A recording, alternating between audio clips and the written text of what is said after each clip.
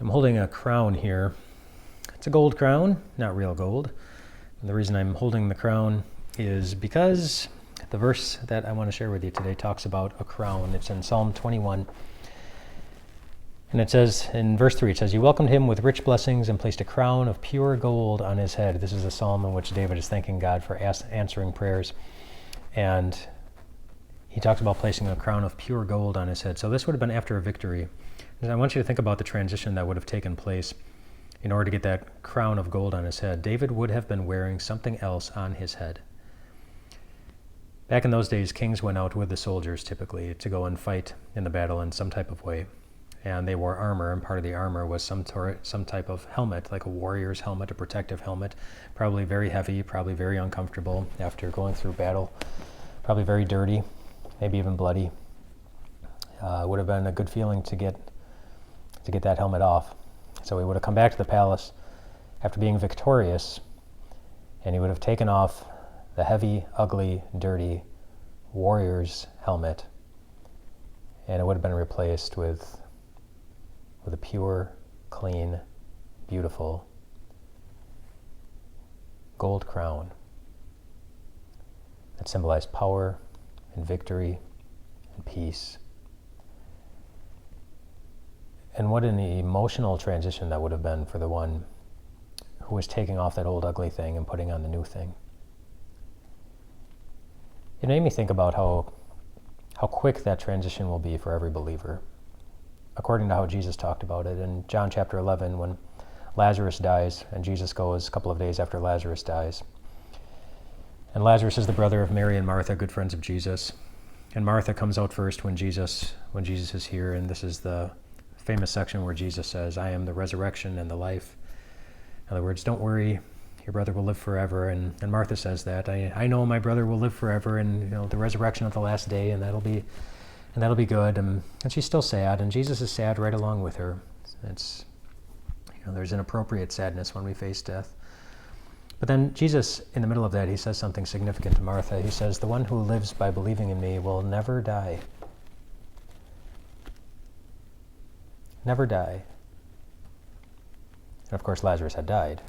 But what he means is that the one who lives by faith in Jesus will never experience what it is to be dead. So the believer lives and lives and lives on earth, lives by faith, lives by believing in Jesus, lives. Their life on earth comes to an end. But in that moment, now they are living in eternity. And think about what that transition is like. All the ugly things in our hearts, all the sorrows and troubles that weigh us down, all the fears and the worries that we can't shake. It will be as if they have been removed from us completely, and in their place, a crown of glory. For some of you, this is good news when you think about somebody who has already received the crown of glory.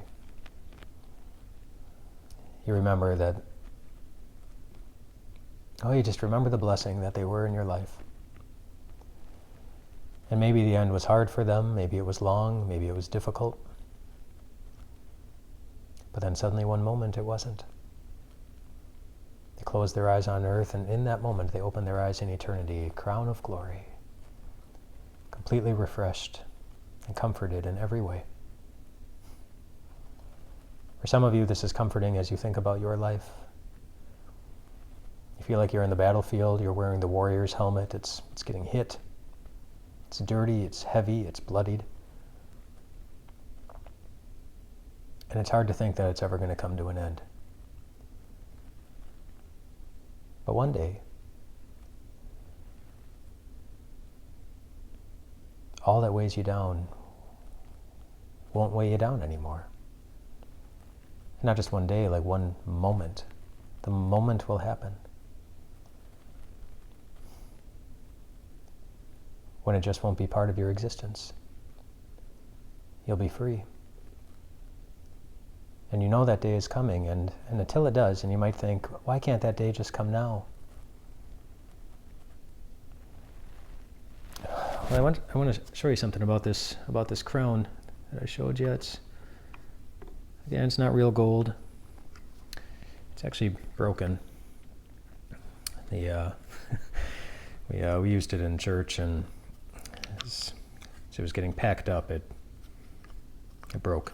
And there's some other cracks on here. It's gonna break a little bit more, and we'll need to apply some super glue or something to it. But it's broken, and I think that's fitting. We used it to illustrate Jesus. Jesus in eternity wearing the victor's crown, but he comes down to earth and he comes into battle himself. And he gets dirty, and he gets bloodied, and he gets weighed down. Not just with the troubles and the hurt, but he gets weighed down with all the griefs and the regrets and the guilt.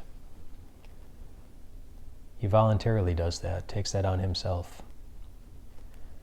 And he suffers for it so that you and I, who ought to suffer in the middle of the battle for it,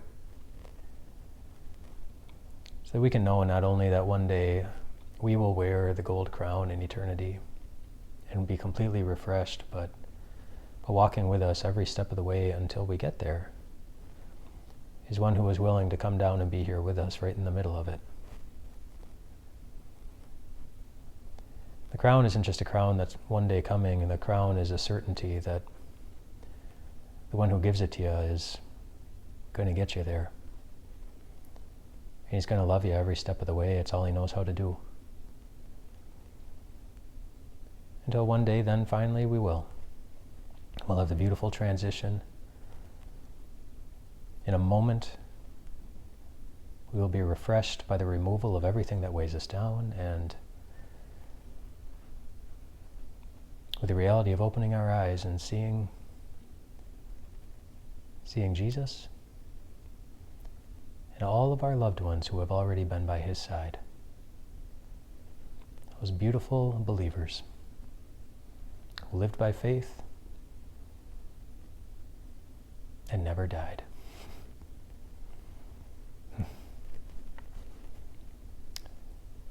Rest well tonight, my friends.